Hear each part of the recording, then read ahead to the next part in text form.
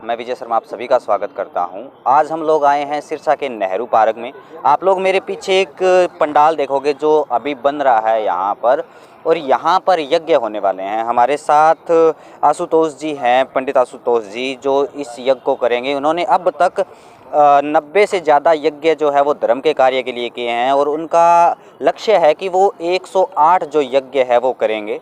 तो इनसे जानते हैं और इनसे मिलने की कोशिश करते हैं कि कहाँ कहाँ पर उन्होंने यज्ञ किया है, हरियाणा में अब तक कितने यज्ञ इन्होंने किए हैं, और किस पर्पज़ से, किस उद्देश्य से ये यज्ञ करते हैं। क्या ये किसी व्यक्तिगत रूप से यज्ञों को पूर्ण करते हैं, या सामाजिक जो लगाव है इनका, जो धर्म का प्रचार है, इस उद्देश्य से वो यज्ञ करते हैं। तो पंडित जी हमारे साथ हैं, उनसे मिलते हैं और जानने की कोशिश करते हैं। और सर, सबसे पहले आप अपने बारे में बताएं, और यहाँ पर क्या कार्यक्रम आप कर रहे हैं। मैं महंत आशुतोष जी। हमारे पूजनीय गुरु जी हैं श्री त्रिपुर सुंदरी पीठ पीठाधीश्वर जगत गुरु यज्ञ सम्राट पूजनीय हरिओम जी महाराज। मैं उनका उत्तराधिकारी हूँ। गुरु जी और उनके साथ महामंडलेश्वर डॉक्टर प्रेमानंद जी महाराज, जो काशी हिंदू विश्वविद्यालय से आपने वेदांत से PhD किया हुआ है और भारत साधु समाज के अपराष्ट्रीय मंत्री हैं। आप दोनों के सानिध्य में यहाँ पे 9 कुंडी जन कल्याण के लिए जन सहयोग से शिव शक्ति महायज्ञ 23 दिसंबर से 31 दिसंबर तक श्री रामा क्लब, श्री राम लीला ग्राउंड, जनता भवन रोड, सिरसा में आयोजित है। 23 को प्रातः 10 बजे कलश यात्रा के साथ यज्ञ का शुभारंभ होगा। 12 बजे अग्नि प्रज्वलन होगा अरणि मंथन से। फिर शाम को सायंकाल 5 बजे से भारत के अलग अलग क्षेत्रों से कई ऐसे पूजनीय संत आएंगे, उनके प्रवचन होंगे, कथा होगी।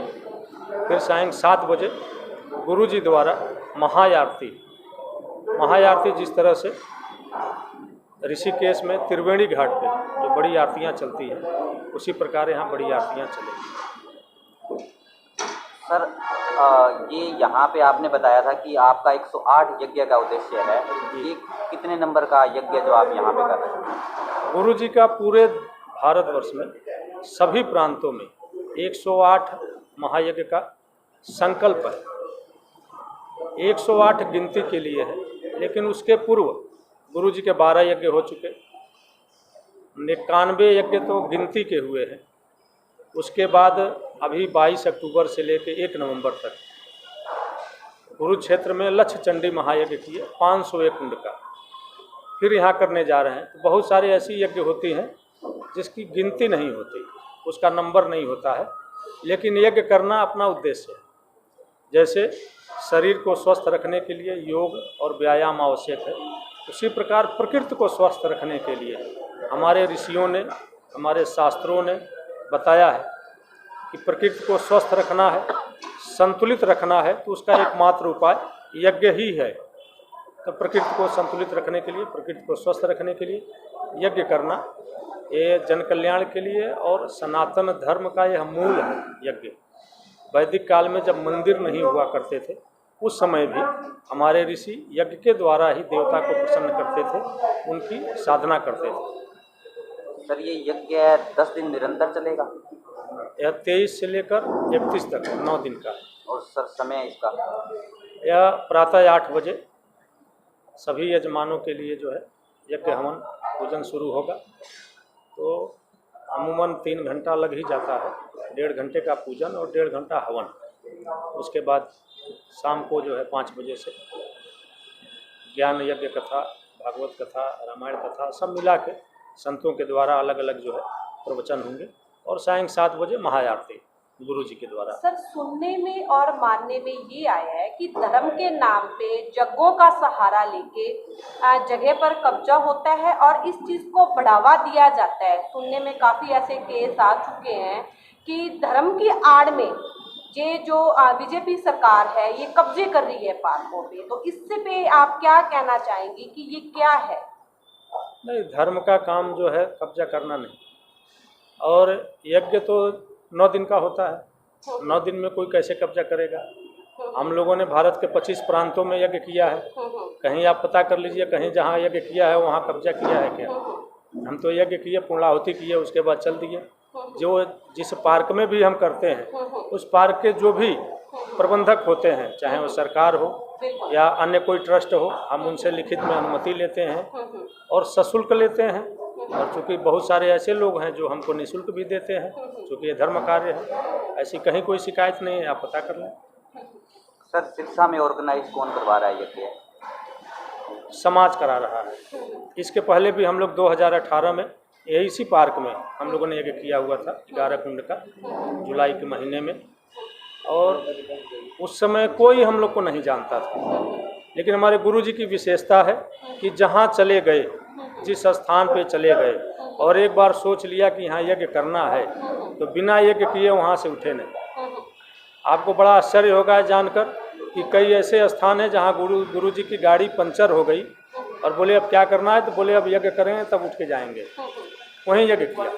त्रिपुरा में किया जहाँ लोग भाषा तक नहीं जानते, वहाँ बंगाली भाषा बोला जाता है, वहाँ किए। दादरा नगर हवेली में किए। दमन में गए तो लोगों ने कहा कि यहाँ तो लोग अपने वैभव में विचरण करने आते हैं, यहाँ साधु का क्या काम है। गुरुजी ने कहा यही तो आवश्यकता है। वहाँ किए। असम में किए, तो जहाँ प्रतिकूल परिस्थितियों में भी गुरुजी ने यज्ञ किया है। और जहाँ गए और सोच लिया, तय कर लिया, वहीं यज्ञ किया। यहाँ पर भी 2018 में हम लोग किए थे। उसमें श्रीमान जनकराज शेरपुरा जी, डॉक्टर राजेंद्र करवासरा जी, श्रीमान दिनेश सिंघानिया जी और भी बहुत सारे लोग अपने संपर्क में आए। अभी ये जो यज्ञ हो रहा है उसमें मुख्य यजमान के नाते श्रीमान मनोहर सिंह राठौर जी रहेंगे। पिछले वाले में श्रीमान जनक जी मुख्य यजमान रहे। तो लोग मिल जाते हैं। हिंदू समाज बहुत बड़ा है, सनातन धर्म के प्रति लोगों की आस्था है, श्रद्धा है। यज्ञ सनातन धर्म का मूल है। कोई न कोई मिल जाता है, उसके सहारे बाकी समाज खड़ा हो जाता है और अपना यज्ञ हो जाता है। राठौर साहब, आप क्या कहना चाहेंगे? आप काफ़ी समय से सामाजिक कार्यों से जुड़े हुए हैं, तो आप आज के विषय पे क्या कहना चाहेंगे? ऐसा मैडम, देखो, हिंदुत्व को बढ़ाना देना, क्योंकि आपने देखा होगा बहुत सारे ऐसे जिनको हम धर्म नहीं कह सकते, पंथ ही है वो, तो वो हमारे बार बार हमला करते हैं अपने धर्म पे। और इसका मुख्य जो कमी है ना, वो हमारे लोगों में है, क्योंकि उनको धर्म का ज्ञान नहीं है। जिस आदमी को, अब मान लो एक छोटा सा एग्जांपल देता हूँ, मार्केट में आपको हरे रंग का सूट खरीदना है मान लो, तो अगर वो दुकानदार स्मार्ट होगा तो आप कंफ्यूज हैं, वो आपको लाल रंग का, पीले रंग का सूट दिखा के और आपको काले रंग वाला सूट पहना देगा, मतलब आप कंफ्यूज हैं। इसका मतलब अगर हिंदू धर्म में हम लोगों को ज्ञान नहीं होगा, इस सिरसा शहर में 90% हिंदुओं को ये नहीं पता कि हवन और यज्ञ क्या होते हैं, तो गुरुजी उनको पूरा डिटेल में बताएंगे और मुझे खुशी होगी इसमें। और ये मेरा सौभाग्य है कि मैं एयरफोर्स से रिटायर होने के बाद में भी कलाम साहब के साथ काम करने का मौका मिला था मेरे को, और मैं एक इंजीनियरिंग ब्रांच हूँ और मेरा एक बेटा पायलट भी है। इतना कुछ होने के बाद में भी मैं धर्म के साथ जुड़ा हूँ, क्योंकि मैंने देखा है, मैं कई देशों में घूम के भी आया हूँ, लोग विश्वास करते हैं। इस कोरोना काल में लाखों लोग, लाखों कह सकते हैं, मतलब करोड़ों लोग जो है ना सनातन संस्कृति को अपनाए हैं। तो ये सनातन संस्कृति का मेन जो जड़ है ना, वो हवन से ही शुरू होता है। पहले पेड़ पौधे उनको बचाते थे, लोगों में बीमारियां फैलती थी, कोई उपाय नहीं होता था तो हवन करते थे। छोटे छोटे 2 एग्जाम्पल देता हूँ मैं। पुराना सब लोग गीता रामायण सुने होंगे, पढ़े होंगे। हनुमान जी ने सारी श्रीलंका जो थी सोने की बनी सारी जल गई थी, सारी जल गई थी, लेकिन विभीषण का घर नहीं जला। क्यों? क्योंकि वहाँ सुबह ही हवन हुआ था। ये तो पुरानी बात है। मान लो आप कहोगे जी ये तो बनी बनाई बात है। आपको पता है MIC मिथाइल आइसोसाइनाइड गैस का रिसाव हुआ था भोपाल में, पूरे दुनिया में पता है सब लोगों को। हजारों की संख्या में परिवार सोए के सोए रह गए थे, लेकिन एक परिवार था संभवतः शुक्ला या कुशवा नाम का, आप नेट पे देख सकते हैं बात, आज भी YouTube चैनल पे आप नेट पे देख सकते हैं। उस परिवार का कुछ भी नहीं हुआ। उस घर में 2 बच्चे थे छोटे, 2 बड़े थे और 2 बुजुर्ग, 6 के 6 लोग बच गए। उसके चारों तरफ करीबन 3000 लोग ऑन द स्पॉट डेड। तो ये हवन का फायदा है।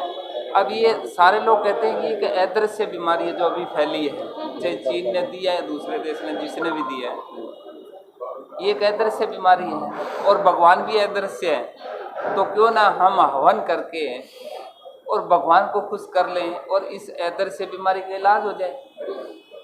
यही हमारी हिंदू संस्कृति है, ठीक है।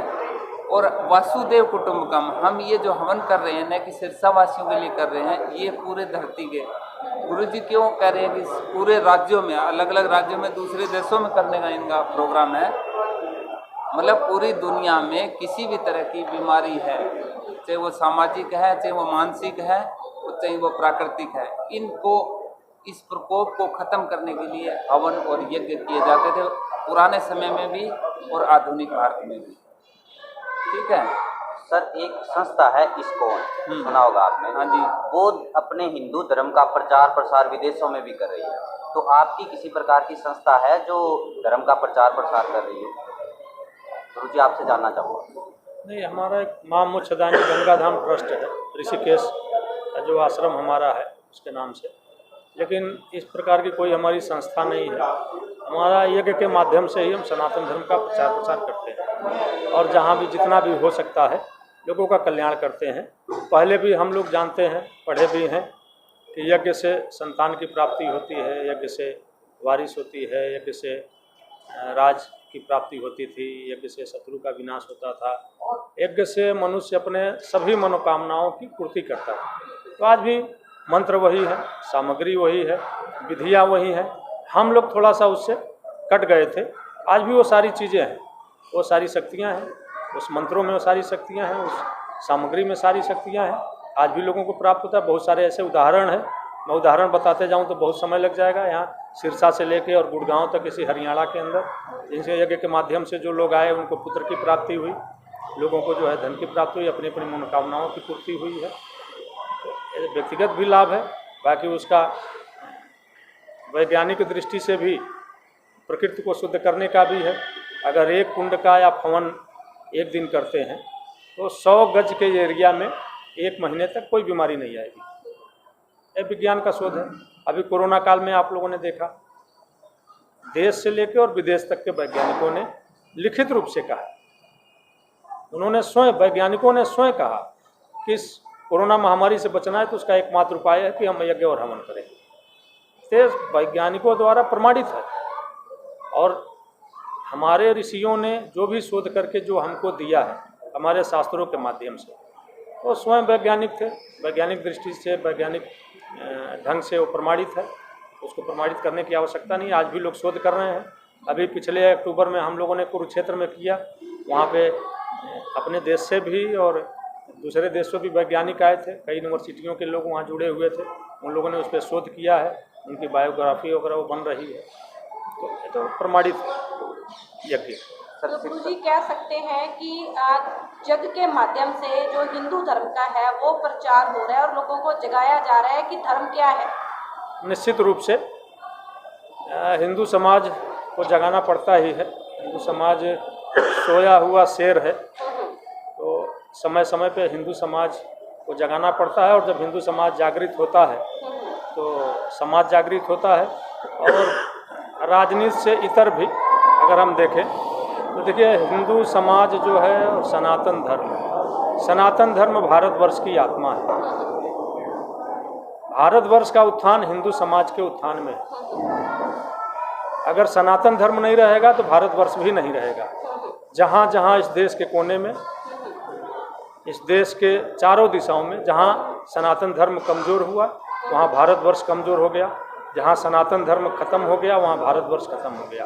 1947 के पहले तक पाकिस्तान भी भारतवर्ष में था, 1901 से पहले अफगानिस्तान भी भारत में था, 1914 से पहले बर्मा भी भारत में था, 1919 से पहले तिब्बत भी भारत में था। ये सारे भारत का हिस्सा थे, म्यांमार से लेकर अफगानिस्तान तक। लेकिन वहाँ सनातन धर्म कमज़ोर पड़ा, वहाँ सनातन धर्म मिट गया। आज उसको हम भारत नहीं कह सकते, वो भारतवर्ष का हिस्सा नहीं है। आज भी अलगाववाद की बात वहीं होती है, आतंकवाद की बात वहीं होती है जहाँ पे हिंदू कमज़ोर है, जहाँ सनातन धर्म कमज़ोर है। जहाँ सनातन धर्म मजबूत है, जहाँ सनातन धर्म संगठित है, शक्तिशाली है, वहाँ देश को तोड़ने की बात नहीं होती है, वहाँ आतंकवाद नहीं है, वहाँ उग्रवाद नहीं है। तो इस देश को सामर्थ्यवान बनाना है तो सनातन धर्म को समर्थवान बनना पड़ेगा, और वो सनातन धर्म तभी समर्थवान बनेगा जब अपने मूल के साथ जुड़ा रहेगा, अपने जड़ के साथ जुड़ा रहेगा, और सनातन धर्म का मूल यज्ञ ही है। गुरु जी, एक लास्ट सवाल, आज की पीसी में यही बार बार मतलब आ रहा है कि कोविड काल में ये दोहराया गया था कि ये अदृश्य है और एक हवन है, इसका माध्यम है। लेकिन इसके साथ साथ एक बहुत बड़ा सवाल, कोविड काल में बड़ी बड़ी संस्थाएं, बड़े बड़े गुरु घर आए हैं दान भंडारों के लिए, तो आखिर मंदिरों ने अपने भंडारे कोविड काल में क्यों नहीं खोले जब दुनिया भूख से मर रही थी? अगर सनातन जो हिंदू धर्म है, ये मंदिर है, इनका उपचार हो रहा है, बड़े बड़े मंदिर बन रहे हैं, तो जब विपदा आती है देश पे तो ये मंदिर के पुजारी अपने दरवाजे क्यों बंद कर देते? नहीं, ऐसा नहीं है। हमारे सनातन धर्म के जितने बड़े मंदिर हैं उनका जो भी चढ़ावा था एक तो सब सरकार के हाथ में है। आज तो हम लोग इसकी मांग कर रहे हैं कि वो जो है हिंदू समाज के हाथ में होनी चाहिए। आपको जानकर बड़ा आश्चर्य होगा, और आप जानते भी होंगे क्योंकि आप पत्रकार हैं, कि जितने हिंदू समाज के बड़े मंदिर हैं वो सब सरकार के अधीन हैं, और उसके चढ़ावे का पूरा हिस्सा ज़्यादा से ज़्यादा वो सब जो है, जो हिंदू धर्म को नहीं मानता है, ऐसे लोगों के विकास में खर्च होता है, उनके कल्याण के लिए खर्च होता है। हम लोग तो पूरा भारत का सन्यासी समाज, भारत का साधु समाज सरकार से इस बात की मांग कर रहा है कि सनातन धर्म को मानने वाले जो लोग हैं, हमारे मंदिरों का जो चढ़ावा है उनके कल्याण के लिए खर्चा होना चाहिए। जो सनातन धर्म का विरोध करते हैं, जो सनातन धर्म को नहीं मानते हैं, जो सनातन धर्म को खत्म करने का प्रयास करते हैं, ऐसे लोगों के ऊपर हमारे मंदिरों का चढ़ावा खर्च होता है, ऐसे लोगों के कल्याण के लिए हमारे मंदिरों का चढ़ावा जाता है। इस पर घोर आपत्ति है। ठीक है, धन्यवाद।